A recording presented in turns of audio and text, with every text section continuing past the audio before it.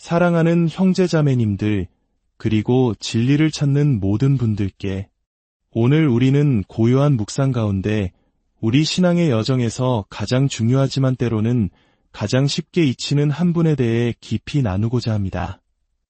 바로 우리의 위로자이시며 위대한 스승이신 성령 하나님에 대한 이야기입니다. 오늘 말씀을 나누기 전 잠시 마음을 모아주십시오.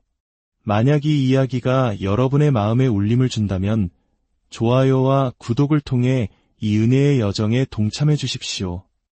여러분의 작은 손길 하나하나가 이 귀한 말씀을 더 많은 영혼에게 전하는 아름다운 통로가 될 것입니다. 이 복된 나눔에 함께 하시는 모든 분들의 삶 가운데 하나님의 평강이 가득하기를 기도합니다. 성경 요한복음 14장 26절은 우리에게 이렇게 약속합니다.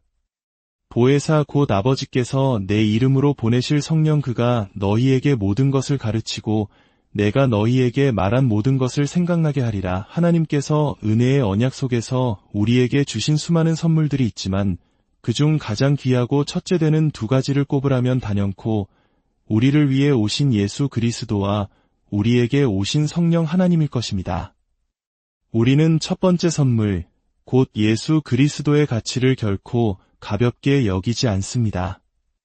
우리의 죄를 짊어지시고 우리의 슬픔을 대신 겪으시며 십자가 위에서 우리의 형벌을 몸소 감당하신 하나님의 아들. 그 말로 다 할 수 없는 선물에 대한 이야기를 들을 때마다 우리는 기쁨과 감사에 젖습니다. 십자가, 못, 식초, 그리고 창. 이 모든 것은 너무나도 선명하고 구체적이어서 우리 주님을 잊지 못하게 만듭니다. 특히 우리가 주님의 식탁에 둘러앉아 그를 기억하며 빵을 뗄 때 그 감격은 더욱 생생하게 다가옵니다. 하지만 첫 번째 선물에 결코 뒤지지 않는 두 번째 위대한 선물, 바로 우리 안에 거하시는 성령 하나님에 대해서는 어떻습니까? 그분은 너무나 영적이시기에 육신에 속한 우리는, 그분은 너무나 신비로우시기에 물질적인 우리는 그 가치를 쉽게 잊어버리곤 합니다. 때로는 그 선물을 받았다는 사실조차 까맣게 잊고 살아갑니다. 그러나 사랑하는 형제자매 여러분, 이것 하나만은 반드시 기억해야 합니다. 십자가에 달리신 그리스도는 우리 안에 계신 성령 하나님이 없다면 우리에게 아무런 가치가 없습니다. 그 보혈이 아무리 귀하게 흘렀다 한들 성령의 손길이 그 피를 우리의 양심에 발라주시지 않는다면 그 피는 우리에게 헛될 뿐입니다. 위에서부터 아래까지 통으로 짠 흠없는 위에 옷이 준비되었다 한들 성령께서 그 옷을 우리에게 입혀주시지 않는다면 우리는 여전히 벌거벗은 채로 서 있을 수밖에 없습니다. 생명수의 강이 우리 앞에 흘러도 성령께서 그 잔을 들어 우리 입술에 대어주시기 전까지 우리는 영원한 목마름을 해결할 수 없습니다. 하나님의 낙원에 있는 그 어떤 좋은 것들도 우리가 죽은 영혼인 한 우리에게는 아무런 기쁨이 될 수 없습니다. 그리고 우리는 하늘의 바람이 사방에서 불어와 죽임당한 우리에게 생기를 불어넣어 주시기 전까지는 모두가 죽은 영혼일 뿐입니다. 우리는 감히 말할 수 있습니다. 우리가 성자 하나님께 빚진 것만큼이나 성령 하나님께도 빚지고 있다는 사실을 말입니다. 삼위일체 하나님의 어느 한 분을 다른 분보다 앞세우려 하는 것은 실로 큰 죄가 될 것입니다. 오, 성부 하나님, 당신은 우리를 향한 모든 은혜와 사랑과 자비의 근원이십니다.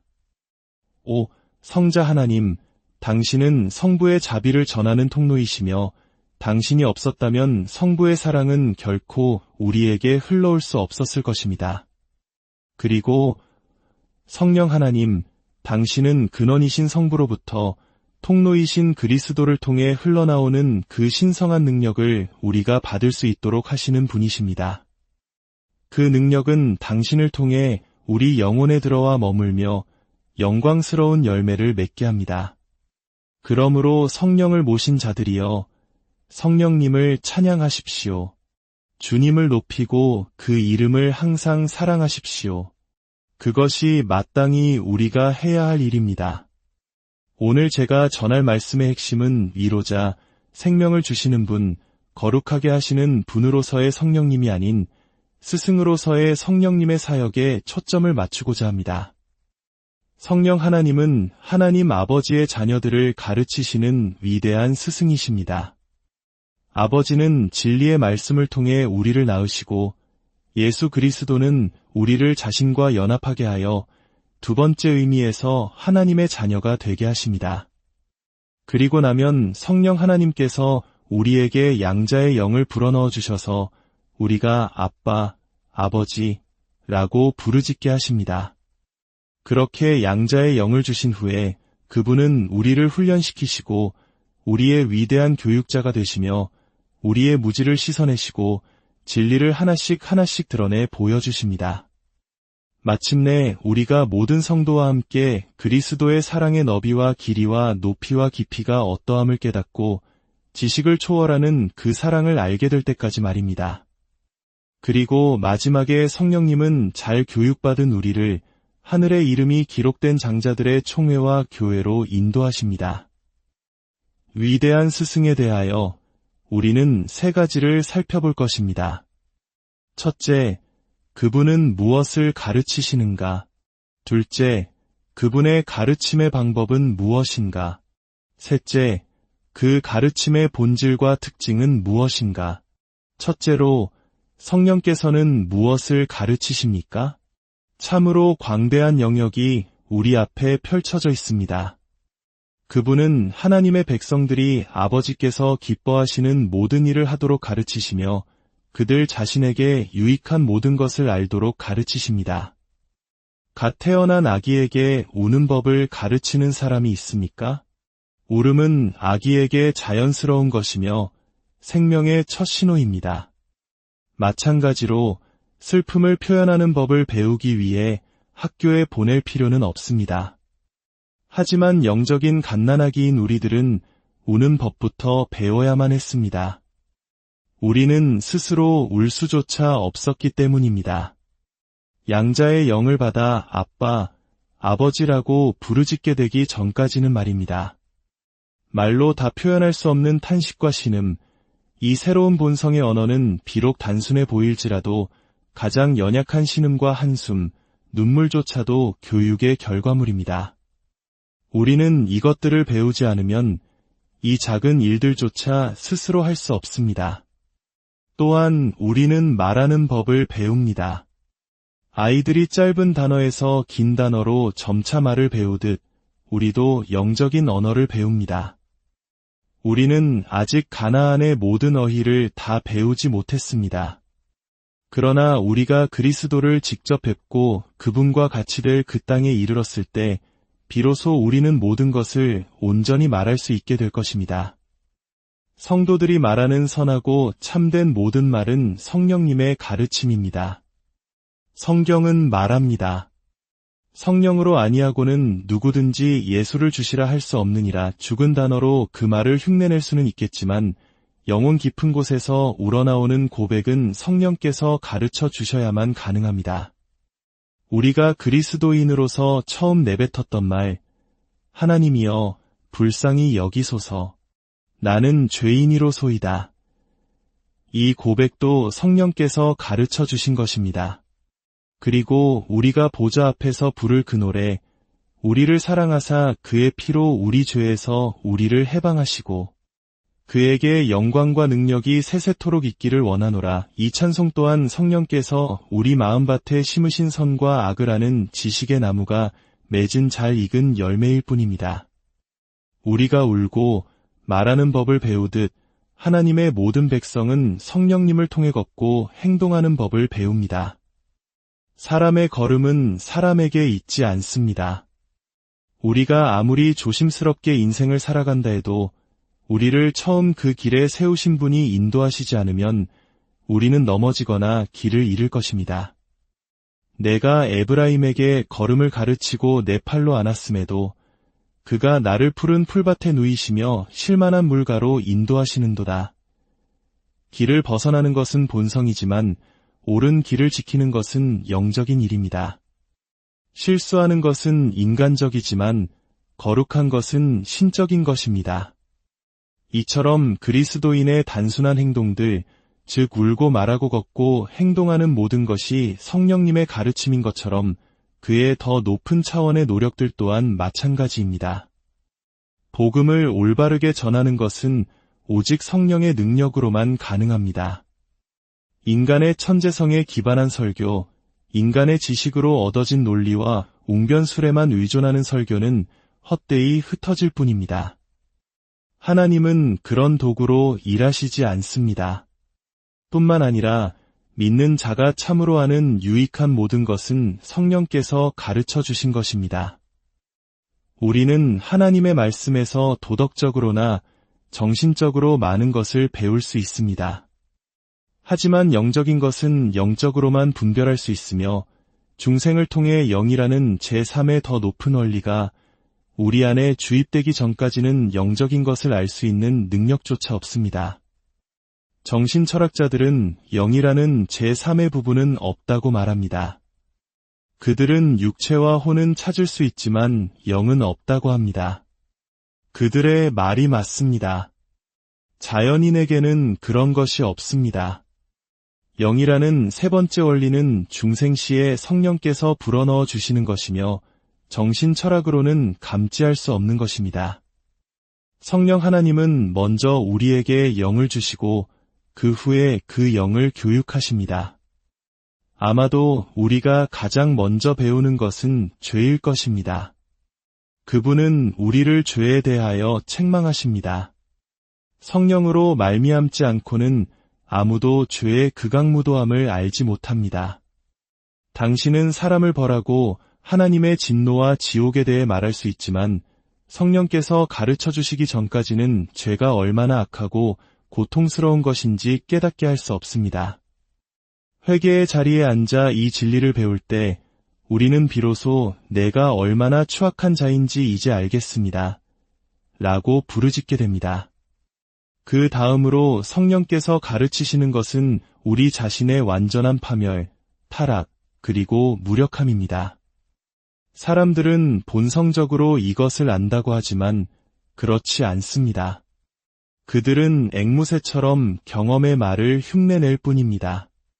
내 자신이 완전히 길을 잃고 파멸했으며 내 육신에는 선한 것이 하나도 거하지 않는다는 사실을 아는 것은 육적인 지성에게는 너무나 불쾌하고 혐오스러운 지식이라서 사람은 배울 수만 있다면 배우려 하지 않을 것입니다.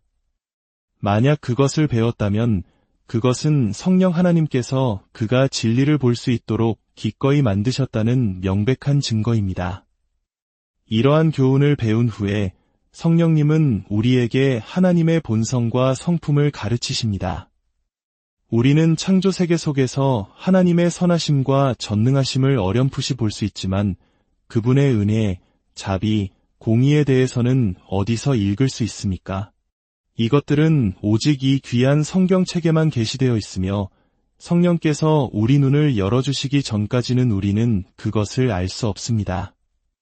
하나님의 확고부동한 공의가 죄의 1.1획도 남김없이 벌하시는 것을 보면서도 동시에 그 완전한 공의가 그의 못지않게 완전한 자비를 가리지 않는다는 것을 아는 것. 공의로우시면서도 불경건한 자를 의롭다 하시는 하나님을 아는 것. 이것은 천문학이나 과학이 가르쳐 줄 수 없는 지식입니다. 우리는 반드시 하나님에 대해 성령 하나님을 통해 배워야 합니다. 무엇보다도 성령님은 우리에게 예수 그리스도를 가르치십니다. 그분의 인성과 신성의 복합적인 성품, 그분의 인격의 영광을 우리에게 나타내시는 분이 바로 성령님이십니다.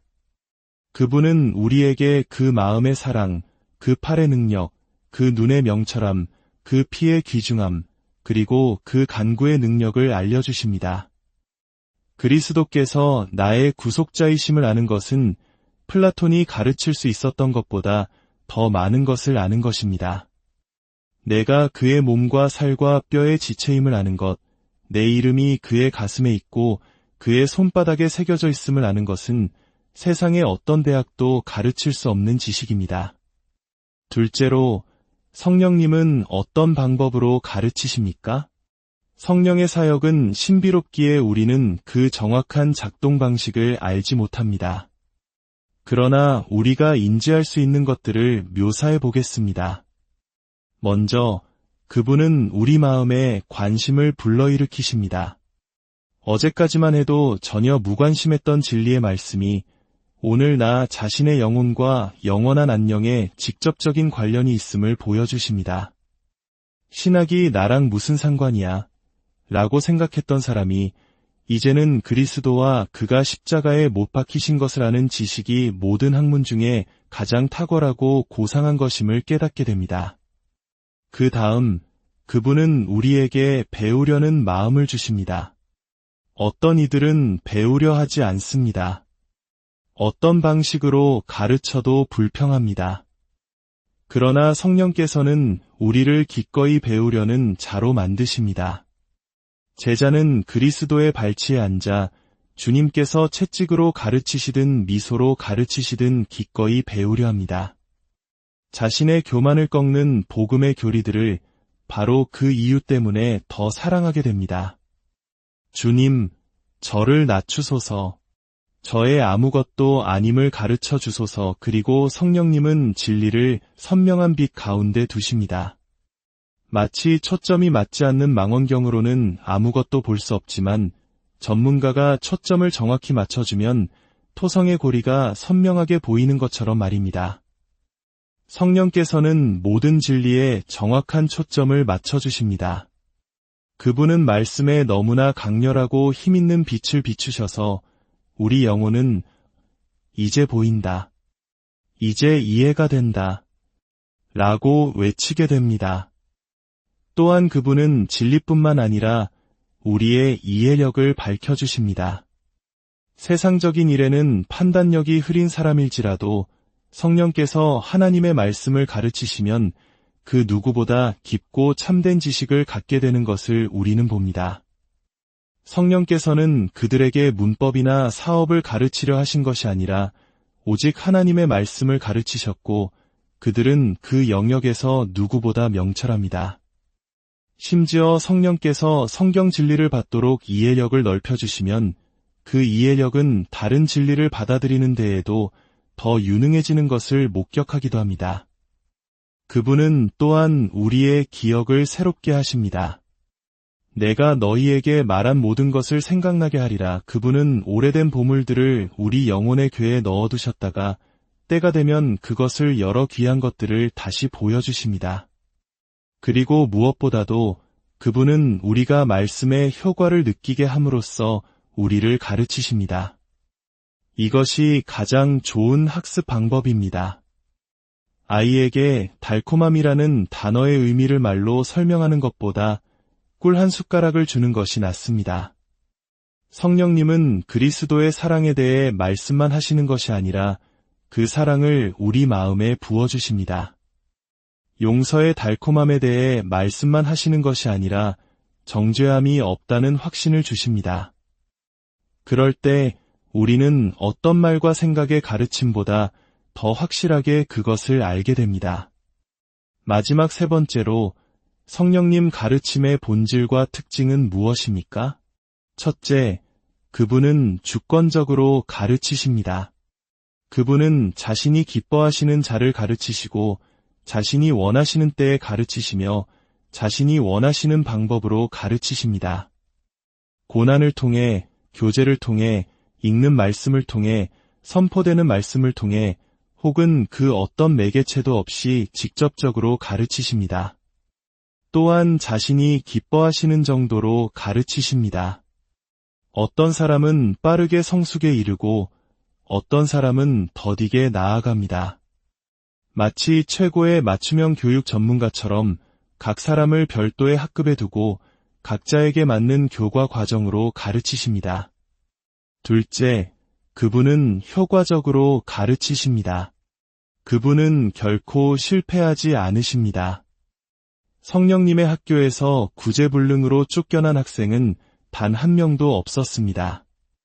내 모든 자녀는 여호와의 교훈을 받을 것이니 내 자녀에게는 큰 평안이 있을 것이며 그가 가르치시는 모든 자녀는 반드시 배우게 됩니다. 셋째, 그분은 무오하게, 즉 오류 없이 가르치십니다. 인간 스승은 실수를 하지만 성령 하나님은 결코 오류를 가르치지 않으십니다. 만약 당신이 성령 하나님께 무엇인가를 배웠다면 그것은 순수하고 희석되지 않은 진리입니다. 마지막으로 그분은 지속적이며 완전하게 가르치십니다. 한번 가르치기 시작한 자를 결코 포기하지 않으시고 그들의 교육이 완성될 때까지 함께 하십니다. 우리 본문이 말하듯 그가 너희에게 모든 것을 가르치시리라. 아무리 높은 진리라도 결국 정복하게 될 것이며 아무리 어려운 교리라도 결국 받아들이게 될 것입니다.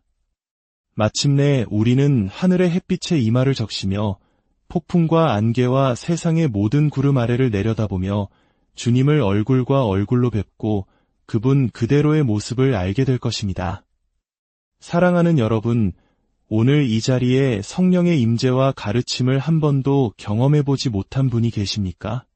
세상의 학문은 많이 배우셨을지 모르나 영적인 일에는 무지한 채로 남아있지는 않으십니까? 종교와 진리는 머리로 배우는 것이 아닙니다. 살리는 것은 영이니 육은 무익합니다. 만약 당신의 영혼에 성령 하나님의 신비하고 초자연적인 영향력이 부어진 적이 없다면 당신은 하나님의 모든 것에 대해 철저한 이방인입니다.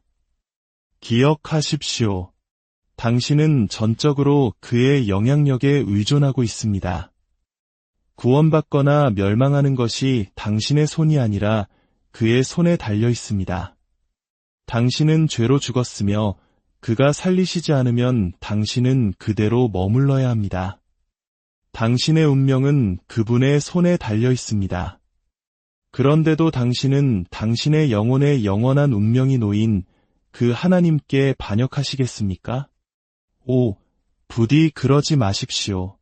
대신 그리스도를 믿고 살라는 성령의 감미로운 속삭임에 순종하십시오. 그 순종 속에서 당신은 하나님께서 당신을 사랑하셨다는 증거를 발견하게 될 것입니다. 왜냐하면 그분께서 당신을 굴복하게 하셨고 그의 능력의 날에 당신이 기꺼이 그 앞에 무릎 꿇게 하셨기 때문입니다. 하나님의 아들 예수 그리스도께서 갈보리 십자가에서 죽으셨습니다. 누구든지 그를 믿는 자는 구원을 얻을 것입니다.